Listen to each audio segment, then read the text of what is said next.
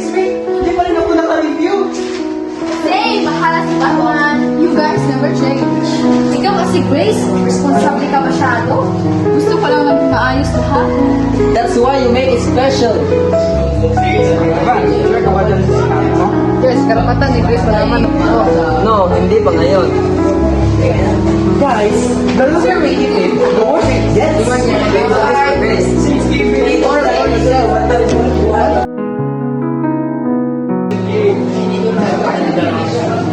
John, you've been quiet. I'm just tired. You sure? Parang may iniisip ka. Wala, I'm fine.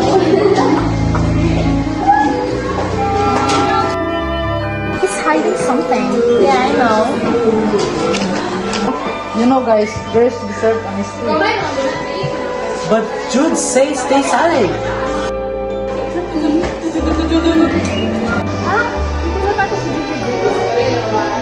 Hindi pwede yun. Roommate ko sila ng Evan. You know, Grace deserve that. John! John, stop lying to Grace. What? Rissy, what do you mean? Someone is lying.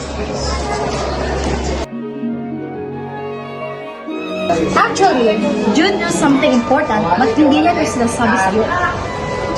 Jude, is this true? Answer me. Yes, totoo. Jude? Why? Dahil natatakot ako.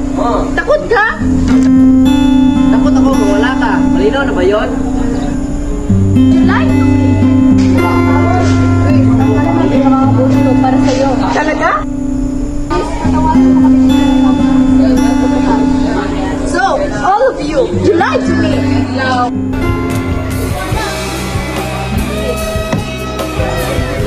No! You have to shut it down. Right? Sinabi mo. And we want to say sorry for that. Grace, wait!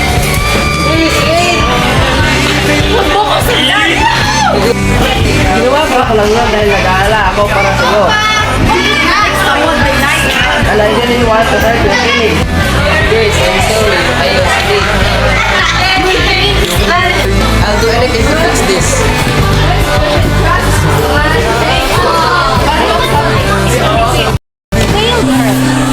We shouldn't tell the truth. We broke her trust!